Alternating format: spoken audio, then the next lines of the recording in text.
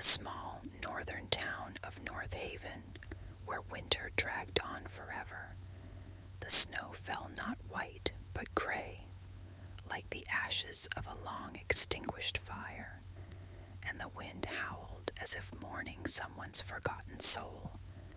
The morning greeted the world with an icy breath. The sky hung low, heavy and gloomy, as if it threatened to crush everything beneath it.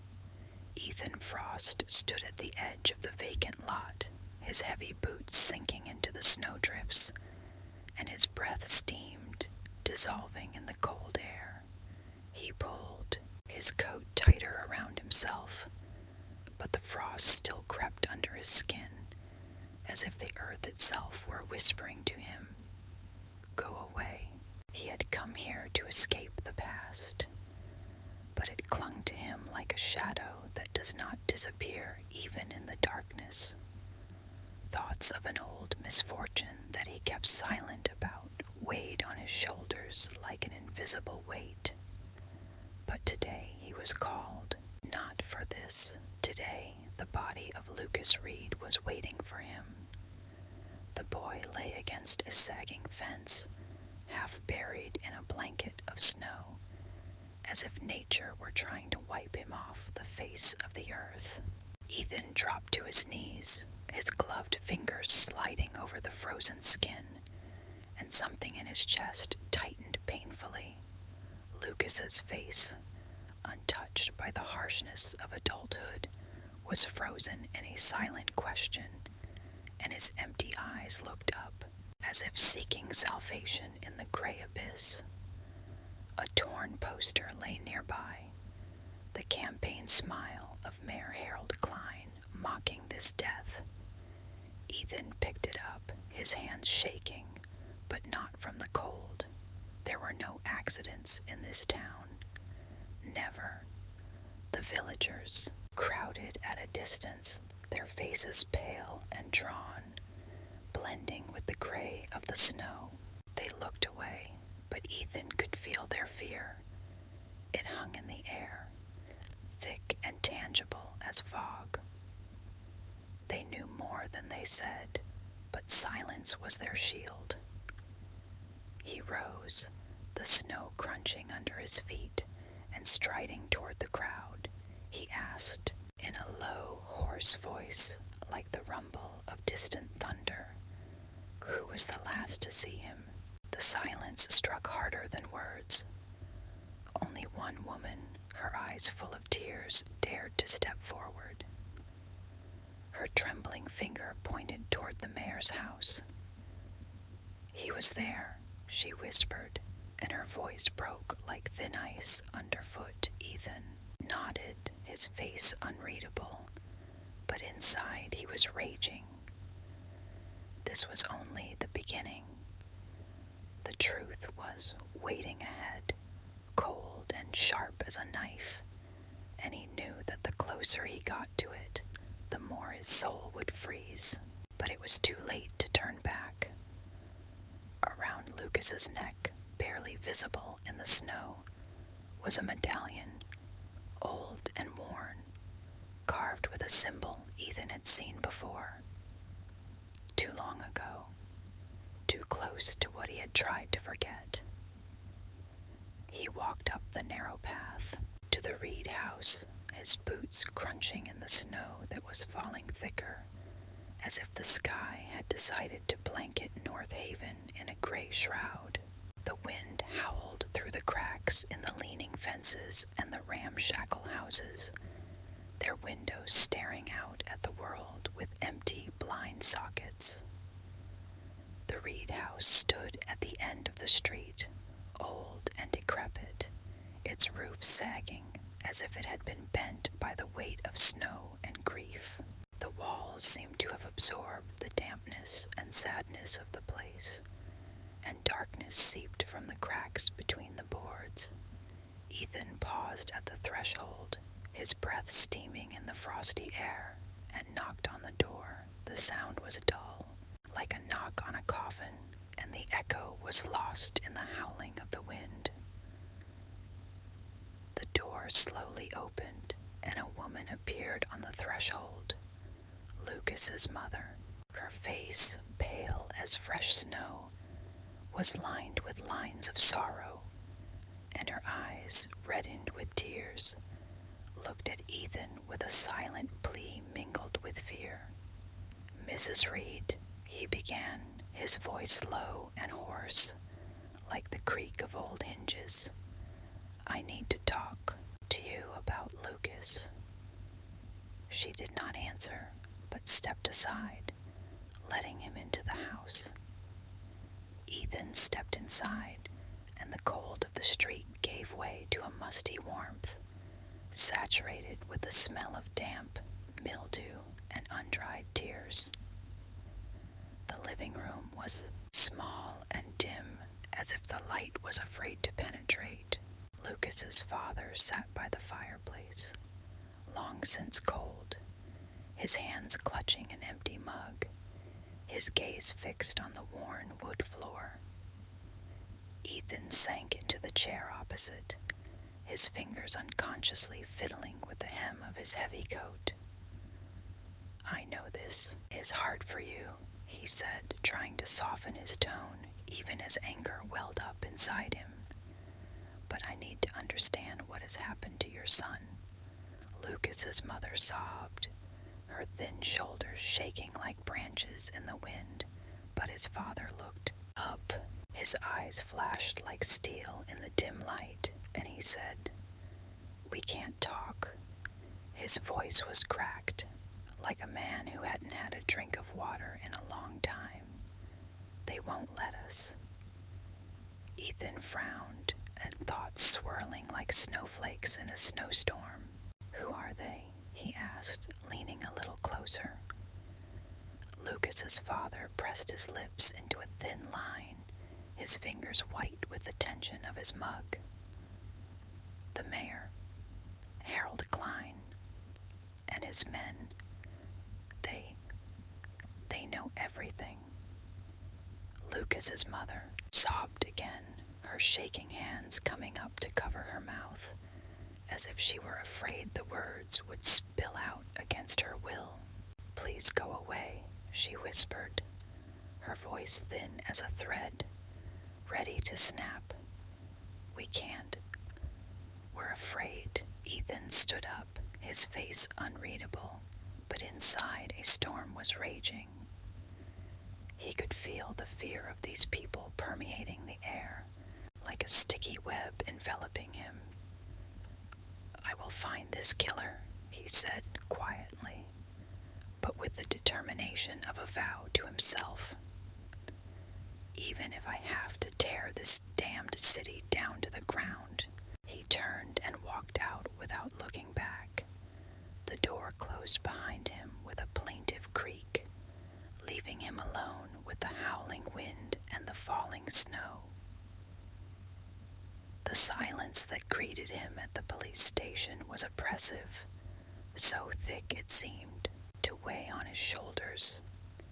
His colleagues at their desks looked away, their faces pale as ghosts, their movements stiff as if someone invisible had their throats held. Ethan walked to his desk, feeling the hairs on the back of his neck rise. Was being watched, he knew it. He sat down, his fingers drumming on the worn surface, and then his gaze fell on an envelope. It was white, unstamped, with his name written in neat, almost feminine handwriting. Ethan tore the paper open, revealing a single sentence inside. "Don't dig any deeper." The words were written in black ink, but they seemed carved from the darkness. Ethan clenched his fists, his nails digging into his palms, leaving red marks. It was a threat, but it didn't scare him. It lit a fire inside him. He wouldn't back down. Ever. He reached into the desk drawer where his old files were kept and began to sift through the yellowed folders. His fingers slid over the paper until they came across a report that took his breath away. The name, in bold type, struck him like lightning. Victor Slade. The man he thought was dead. The man whose name he had buried in the past, along with memories that still made his chest ache. The report was old, the pages yellowed, but the words were clear. Slade had been involved in a case involving North Haven, and his shadow still seemed to hang over the town. Ethan leaned back in his chair, his heart pounding like a hammer against an anvil. Outside, the snow was falling thicker, covering the streets like a shroud, and the wind howled as if mourning the dead. He realized that killing Lucas was more than just a crime. It was part of something bigger, something that connected his own past to this frozen city, and he was ready to go through with it, even if the truth was sharper than a knife and colder than ice. Ethan Frost sat at a battered desk in the North Haven police station, his fingers sliding over the faded pages of old case files, as if trying to feel the chill of the past. The lone overhead lamp hummed, casting long shadows on the walls that seemed alive, whispering of sins long buried beneath the snow. Outside, the wind whipped white eddies across the streets, the glass shaking with its force, as if the city were trying to close itself off from what Ethan was about to unearth. He was oblivious to the chill creeping through the cracks of the old building, his mind consumed by a name he had erased from his memory years ago. Victor Slade. The report lay before him, yellowed and smelling of damp and time. The letters were faded, but the words cut like the edge of a knife. Slade, smuggling, North Haven. Ethan clenched his fists, his nails digging into his skin, leaving crimson marks. The murder of Lucas Reed was more than just a tragedy.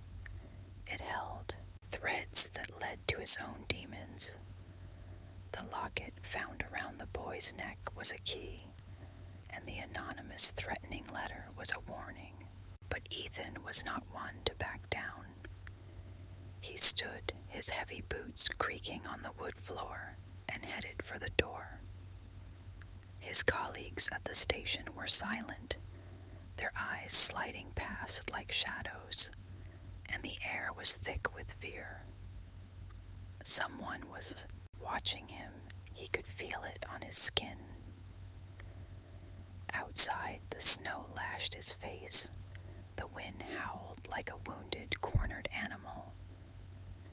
Ethan pulled his coat tighter around him and moved toward the abandoned mine on the edge of town. Its black mouth stared back at him like the eye of a dead man, and every step he took was a dull thud in his chest.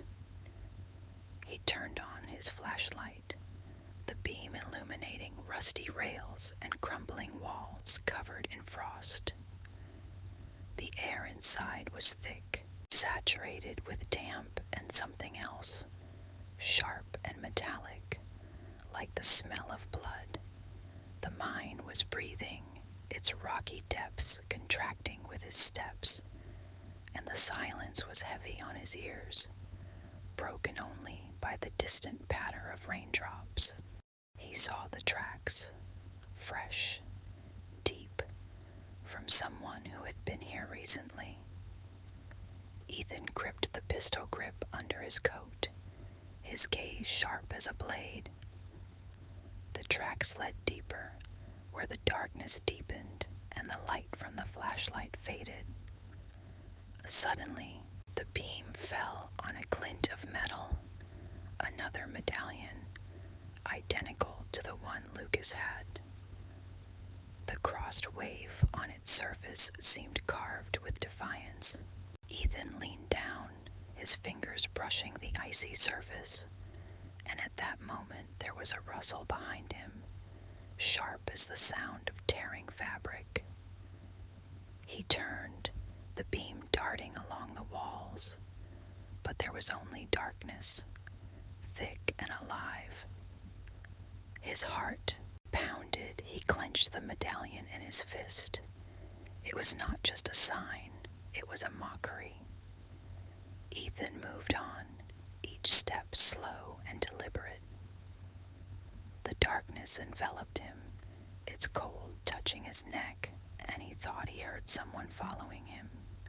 Breath in breath. He stopped, listened, only the sound of dripping water and his own pulse pounding in his temples. Suddenly, the flashlight flickered and went out, leaving him in an inky void. Ethan froze, his hand reaching for his gun, but at that moment something heavy fell on his shoulder. He collapsed onto the stones, pain cracking his body like glass. A shadow fell from above, faceless, massive, its fingers squeezing his throat, squeezing the air from his lungs. He struggled, his nails digging into his attacker's flesh, but the man was stronger, his grip iron. Desperately, Ethan fumbled for the medallion and swung it into his attacker's face. There was a hoarse cry. The pressure eased, and Ethan broke free, crawling away, gasping for air. He jumped up, the gun shaking in his hand, but the shadow was gone, dissolving into the darkness of the shaft like smoke. The light from the flashlight returned, weak and flickering, and in its beam Ethan saw blood on the rocks that was not his own. The attacker had left a mark, but no face. Ethan picked up the medallion, his fingers still shaking. It was a challenge, thrown down by Victor Slade, or whoever wore his shadow. He moved toward the door, his steps firmer, his determination burning in his chest like coals. The snow outside greeted him with an icy breath, but Ethan didn't feel the cold. He knew this was just the beginning, and whatever lay ahead, he would face it with open eyes, even if the truth was worse than he could ever imagine. Lisa Wong sat in a dimly lit editing room, surrounded by the hum of old computer monitors. Their screens covered in dust and scratches cast a cold light on her face, carving out sharp cheekbones and tired eyes from the shadows. Outside, the city was covered in thick fog, muffling the sounds of the streets, leaving only a distant hum, like a giant beast breathing in its sleep. She hadn't slept in 2 days.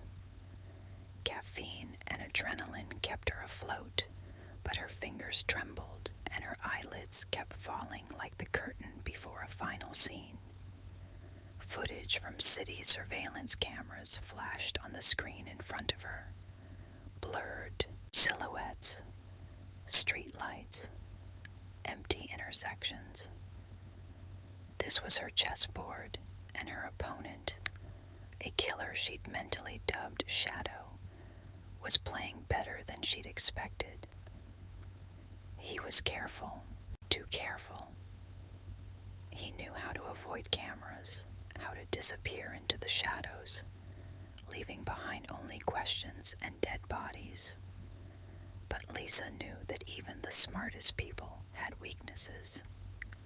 She decided to lure him into a trap using her editing skills.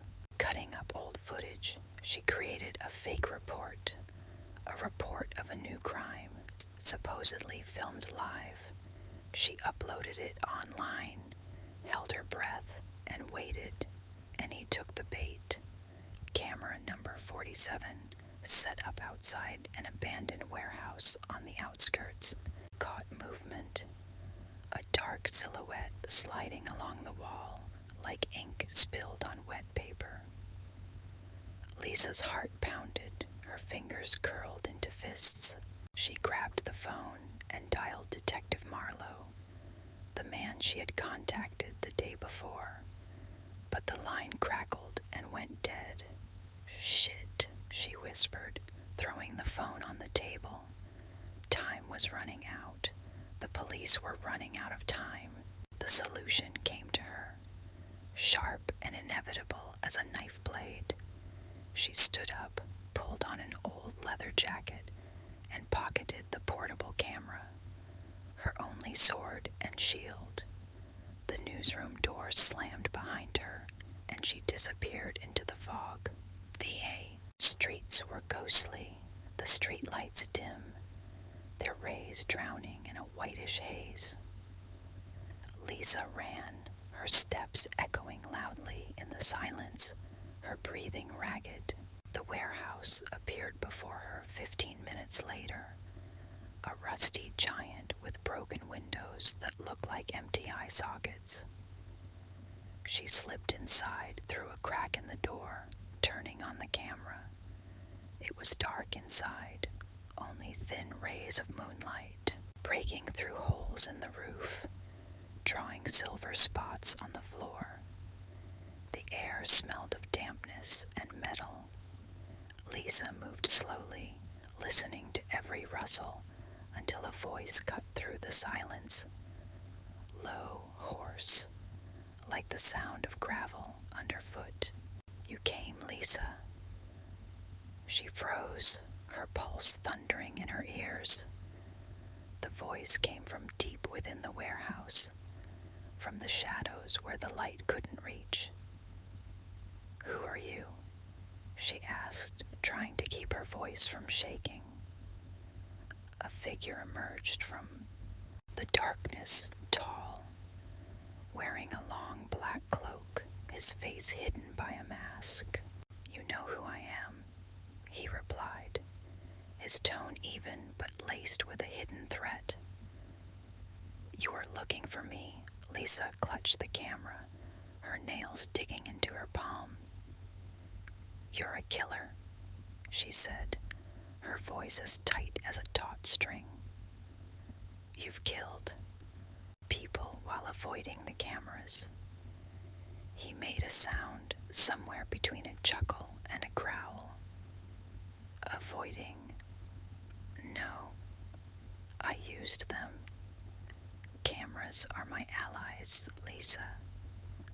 I see everything." He stepped closer, and the moonlight glinted off his mask, smooth and featureless as a mirror's surface. She stepped back, her back against the cold wall. "Why?" she asked, her voice wavering only for a moment. He tilted his head, as if studying her, "Because the city is chaos. I am order. I see their sins, their weaknesses. I cleanse." His words were cold, but there was a strange conviction in them, like a preacher who had lost his faith but not his voice. Lisa gritted her teeth. "You're not the judge," she said, her voice rising, bouncing off the walls. "You're just a psycho, hiding behind a mask." His eyes blazed beneath the mask, narrow and hot as coals. "You don't understand," he growled, his calm cracking. "I see the truth. I do what no one else dares." She pressed the record button on the camera, her movements quick, almost imperceptible. "Who are you?" she repeated, her voice as hard as the concrete beneath her feet. He took a step toward her, his hand reaching for her throat, but Lisa ducked, pointing the lens right at him. "You're not getting away," he said, his voice lower, more dangerous. "You're too close." "I already turned over the tapes," she lied, her tone as level as the horizon before a storm. "The police know." He froze, his fingers curling into a fist. "You're bluffing," he growled, but there was a hint of uncertainty in his voice. "Lisa, seized on that moment like a life preserver. "Your game is up," she said, her words cutting the air like a knife. He rushed toward her, his hand closing around her neck, but at that moment the silence was shattered by the sound of sirens, distant but rising like a tide. His grip loosened, his eyes widened, and he lunged for the exit. Lisa fell to her knees, gasping for air, but she saw the shadows of the warehouse come to life. The beams of lanterns lit up the room, shouts and the stamping of feet. They grabbed him right at the door, threw him to the floor, tore off his mask. Beneath her was a man in his 40s, pale-faced and empty-eyed, as if his soul had long since left his body. "I did it for them," he croaked as his hands were cuffed. "For justice." But Lisa didn't answer. She stood up, her camera still rolling, recording his words, his fall. Detective Marlowe came up to her a few minutes later, his face tired but with a hint of respect in his eyes. "You took a chance," he said, his voice rough as sandpaper. "But you got him." Lisa nodded, her body shaking as she forced herself to sit up straight. "I couldn't help it," she said quietly, her words lost in the noise around her. She returned to the editing room in the early morning. The fog outside was clearing, revealing a gray, tired city. The screens were still glowing, but now they seemed less like enemies and more like witnesses. Lisa sat down at her desk, her fingers on the keyboard. She edited the report, sharp, honest, unvarnished. But when she was done, she didn't send it to air. She deleted the file, erased every second. Her eyes were empty, like someone who had looked over the edge. The truth had been revealed, but it didn't belong to the world. It belonged to her.